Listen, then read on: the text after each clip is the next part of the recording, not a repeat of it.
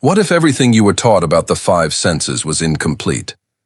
Scientists have just uncovered hard evidence that ancient humans carried a biological sixth sense, one that guided survival for thousands of years. And the most startling part? A small percentage of people on Earth still possess it today. Welcome back. Today we are stepping into territory where neuroscience, archaeology, and human evolution collide. Researchers at multiple leading universities have published findings that are forcing scientists to rewrite what we know about human perception. In this documentary-style breakdown, we are going to walk through exactly what was discovered, what it means for science, and why some people alive today may carry this ancient ability without ever realizing it. For decades, mainstream science operated on a simple assumption. Human beings perceive the world through exactly five senses: sight, hearing, smell, taste, and touch. That framework shaped medicine, education, and even philosophy for centuries. But in recent years, a growing body of research has begun to challenge that assumption in ways no one predicted. The breakthrough came when a multidisciplinary team of researchers examined ancient skeletal remains found across 3 continents. What they discovered inside the skull structure, specifically within the ethmoid bone region and certain nerve pathways near the nasal cavity, were anatomical, features that do not correspond to any of the known 5 senses. These structures, which had been overlooked or misidentified for years, appear to be remnants of a biological detection system far older than modern human cognition. To understand why this is significant, you have to appreciate how rarely paleoanthropology and neuroscience intersect in a meaningful way. Most discoveries in these fields remain confined to academic journals. But when researchers cross-reference these anatomical findings with behavioral studies in both ancient populations and modern subjects, a pattern emerged that was impossible to dismiss. Ancient humans were not just surviving through logic and instinct. They appear to have been processing environmental information through a channel that modern humans largely stopped using, or perhaps never knew they had. The question scientists now face is whether this ability truly disappeared or simply went quiet in most of the population, waiting to be rediscovered. So what are scientists actually referring to when they describe this sixth sense? The term itself has been used loosely in popular culture for years, attached to everything from gut feelings to supernatural phenomena. But what researchers are describing here is something grounded entirely in biology and evolutionary adaptation. The leading hypothesis centers on magnetoreception, the ability to detect magnetic fields. This capability is well documented across dozens of animal species.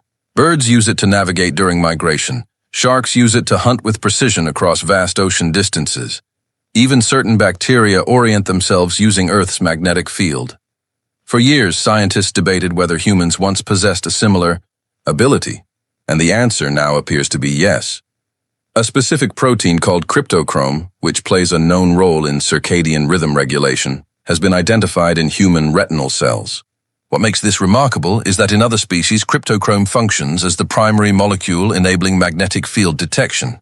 Its presence in human eye tissue suggests the biological infrastructure for magnetoreception may not be completely absent in our species.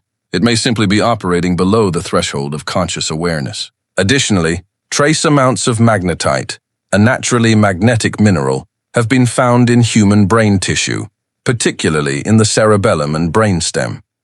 The concentration levels vary significantly between individuals, which could explain why some people report a seemingly inexplicable directional awareness or sensitivity to environmental shifts that others around them simply cannot perceive. Turning back to the archaeological record, the fossil evidence supporting this theory is more compelling than most people realize. Examination of ancient human skulls dating back over 40,000 years revealed structural anomalies that paleontologists struggled to classify for decades. These features, subtle variations in sinus cavity geometry and nerve channel density, were initially attributed to regional diet or climate adaptation. But when researchers applied modern neuroimaging techniques to reconstruct the neural pathways associated with these structures, a different picture emerged. The pathways appear to route sensory input in a direction that bypasses the primary sensory cortex, the brain region that processes conventional sensory data, and instead connects more directly to areas associated with spatial orientation, threat detection, and environmental pattern recognition. Sites across Europe, Africa, and Southeast Asia all produced skeletal remains with these shared anatomical markers. The geographic spread alone suggests this was not an isolated regional trait, but a universal feature of early human biology, one that faded in prominence as human civilization began to rely more heavily on constructed environments, technology, and social structures for survival. There is a concept in evolutionary biology called vestigiality, the persistence of structures that were once functionally critical but have since reduced in relevance. The appendix is a commonly cited example. What researchers now suggest is that certain neurological pathways associated with this sixth sense may represent a similar vestigial system, present, structurally intact, but functionally dormant in the overwhelming majority of modern humans alive today. Here is where the research becomes truly fascinating. If this sixth sense is primarily vestigial, why do a measurable percentage of modern humans consistently demonstrate abilities that cannot be explained by conventional sensory processing alone? Studies conducted at the University of California and independently replicated in Germany and Japan exposed participants to carefully controlled magnetic field fluctuations inside shielded rooms, environments specifically designed to eliminate all other sensory cues. Participants had no knowledge of when or whether the magnetic field changed, yet a consistent subgroup, roughly 4 to 6% across all studies, showed measurable neurological responses to the fluctuations. Their brainwave activity shifted in direct correlation with the magnetic field changes, even though they consciously reported noticing nothing unusual. The implications are significant. These individuals were not claiming psychic ability or special powers. They were simply exhibiting a biological response that the majority of participants did not show.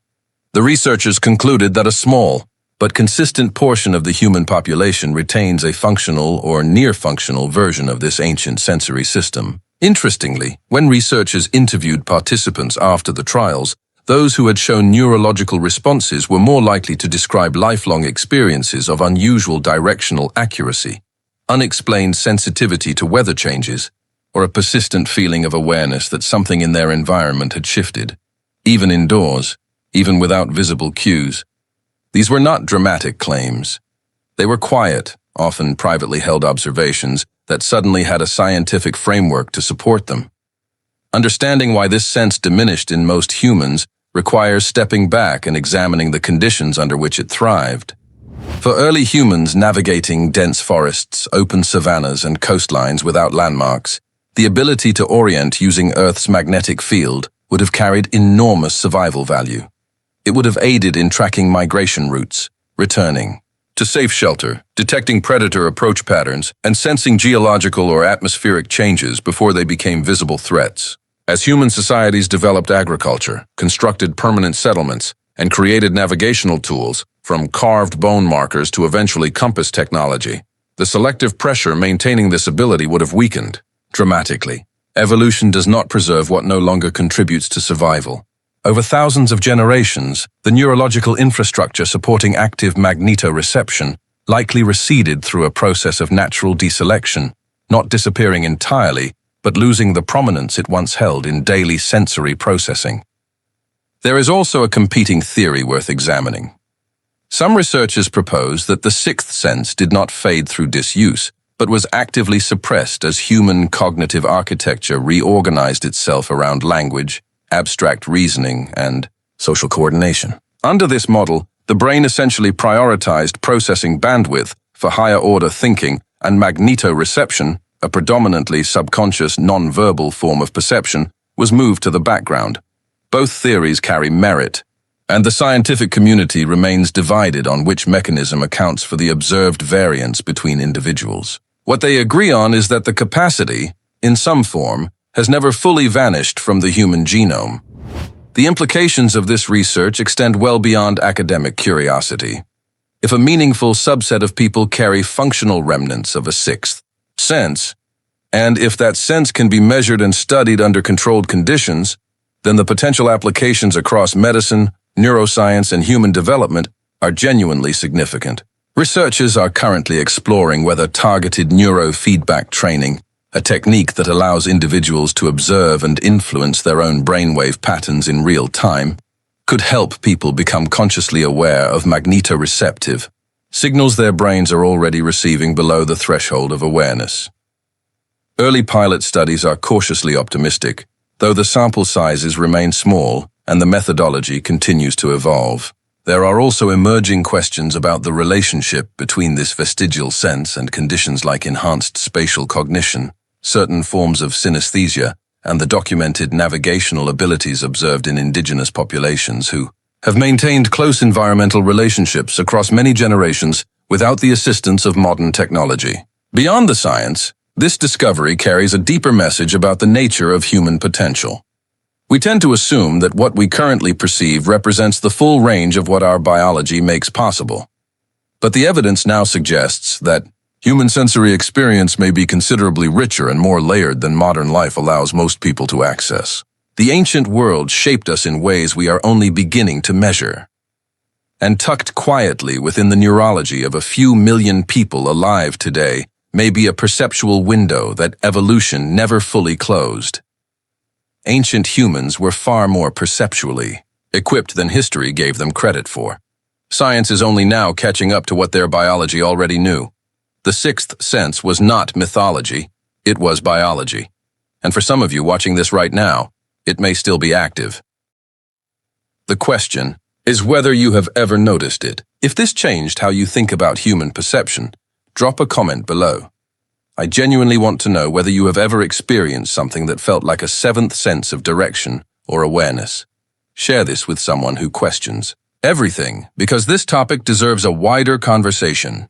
Subscribe if you are new here, because we cover exactly this kind of science, the kind that rewrites what you thought you already knew. See you in the next one.